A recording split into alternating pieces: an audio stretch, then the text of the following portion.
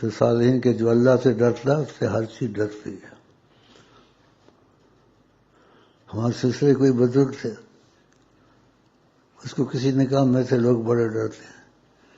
کہا جتنا تم اللہ سے ڈرو گے اتنے لوگ تم سے ڈریں گے. اگر یہ اللہ سے ڈر جائیں یا ہمارے بھائی ہیں سیاستدان وغیرہ وغیرہ تو ان کو روس امریکہ یہ چیزیں نہ ڈرائیں. ہاں یہ بڑی سچی باتیں ہیں. اسی حدیث کی حکمت کی جڑ اللہ کا ڈر. مثال کے طور سے ایک آدمی گناہ کر کے توبہ کرتا ہے، اچھی بات ہے.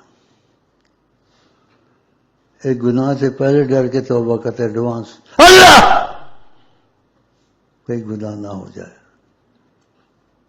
دیکھا دونوں میں فرق ہے نہیں ہے. اور کبھی ایسی بدبختی آتی نہ گناہ سے پہلے توبہ نہ گناہ کے بعد توبہ. توبہ ہر وقت کرنی چاہیے.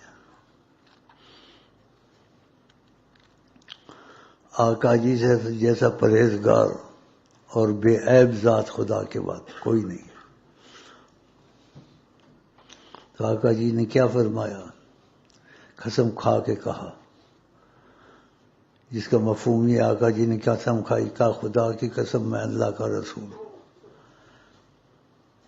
اور میں روز 100 دفعہ خدا سے معافی مانگتا ہوں. اللہ دیکھا،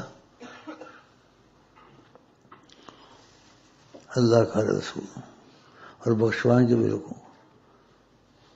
ایک حدیث کے مفہوم میں 70 دفعہ توبہ کرتا ہوں اور ایک میں 100 دفعہ خدا سے معافی مانگتا ہوں اور قسم کا میں اللہ کا رسول ہوں، سچا رسول.